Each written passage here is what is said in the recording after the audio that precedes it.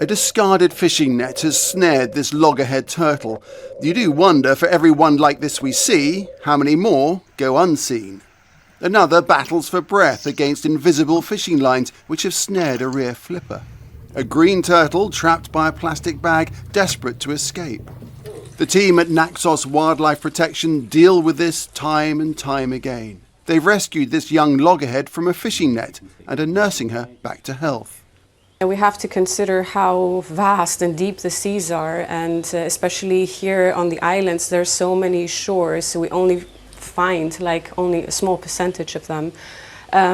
We don't know how many are just floating in the sea, or they even sink, or they get lost with the currents.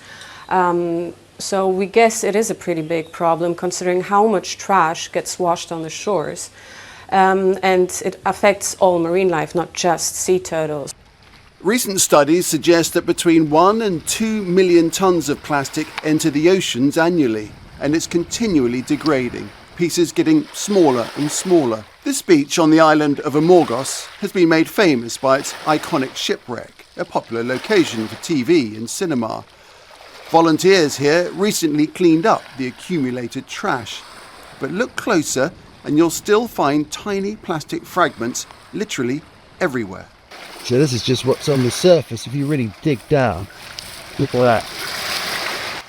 Microplastics have infiltrated every part of the planet, from the air we breathe to the guts of fish and other marine animals.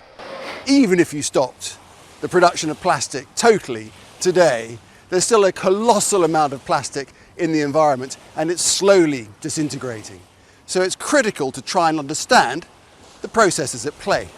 Here at the Hellenic Marine Research Centre on the Greek mainland, they're investigating how microplastics interact with the natural functioning of ecosystems. It is known that from laboratory experiments at some very high concentrations, these plastics and microplastics may pose health risks to the organisms, but it is unknown yet the kind of risks and at which level of microplastics these may occur. Off the island of Naxos, after weeks of care, the young loggerhead turtle is released back into the deep, back to a life made more perilous than ever thanks to the modern world's unregulated and endless production of plastic waste. Nick Clark, Al Jazeera, Naxos, Greece. Make sure to subscribe to our channel to get the latest news from Al Jazeera.